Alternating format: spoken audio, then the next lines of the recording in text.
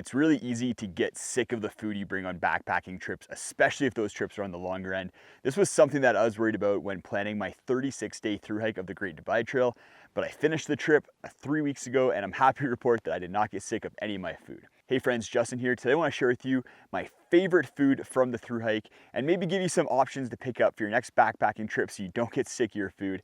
And I'll also share with you my secret weapon for tough hikes. As usual, links to all the things that I talk about in today's video are in the video description. Starting with the most important meal of the day, breakfast. Most of my meals consisted of homemade oatmeal, but I had a bunch of these Alpenfuel meals just to add a little bit of variety into my breakfasts, and these were delicious. I saved most of them to the end of the trip, and my favorite was this caramel apple one. Most of them have a bunch of fruit in them, which just makes them really good. They have some powdered milk and just all around very tasty. I usually have troubles eating breakfast first thing in the mornings, and that was something that I had to deal with my homemade oatmeal. But with the Alpenfuel meals, I was just able to scarf these down, and they had 700 calories per meal, which was awesome to start the day. So I saved them for some of my bigger, harder days and days closer to the end of the trip where I knew I was going to get really sick of that homemade oatmeal. I'm on my first hike since finishing the Great Divide Trail, and I'm getting a little bit hungry. Time for snacks, and the first snack I want to talk about is Heather's Choice Packaroons. These are just little balls of calories that are really delicious, tons of flavors to choose from, so you're not going to get sick of them. And even if I'd eat the same one every single day, they're so good that I don't think that I would get sick of them. And sometimes my stomach would be a little bit upset just from hiking so hard, and these are my go-to things when my stomach wasn't feeling great because they just went down so easily.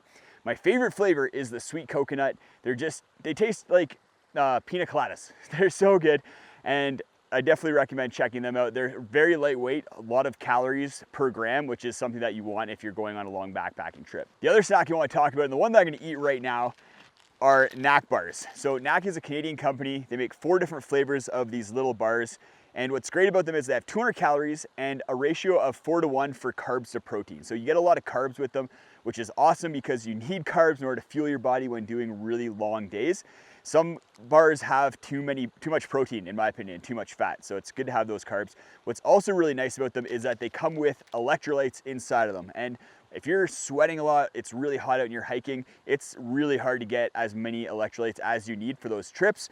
So that's where Knack bar comes in. They're also very tasty and have a great texture. I don't know about you guys, but I get sick of bars probably the easiest out of any sort of backpacking snack.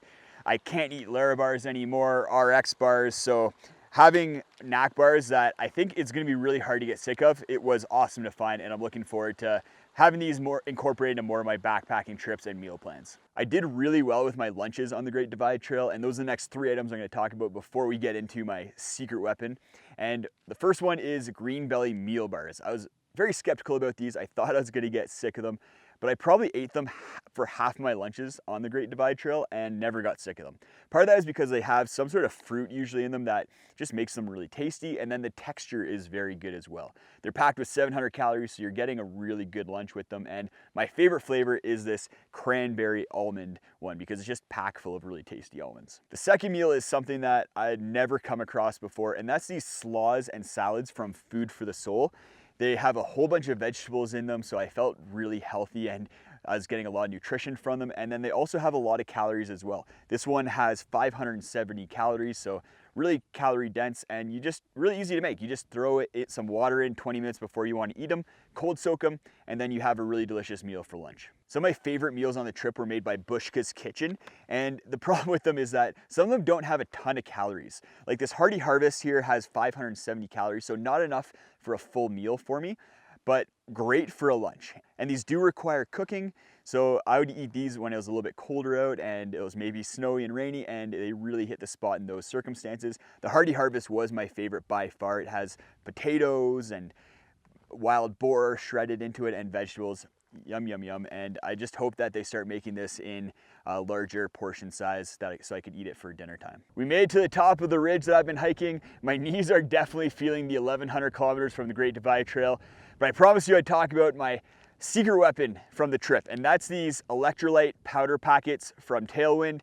It comes in a caffeinated and non-caffeinated version. You just rip it open, pour it into your water bottle. I'd have the caffeinated version in the morning, non-caffeinated version in the afternoon, and you get 200 calories in addition to those electrolytes. So it's a really good way to get your electrolytes on those really hot days where you're sweating a lot, and then also get some really easy calories into your body when you're working hard and burning a ton of calories. They're not cheap, but were pretty essential for me on some of those really tough hot days, and definitely my secret weapon on the Great Divide Trail. If you're interested in all the food that I brought on the Great Divide Trail, then go check out a video I'll post right up there. All my breakfasts, all my snacks, lunches, dinners. I did not get hungry on the trip at all, and I felt very energized the entire time. So I think I had my food really dialed in, so that video can be really useful for you if you felt hungry or you have felt like you didn't have a lot of energy while out on backpacking trips.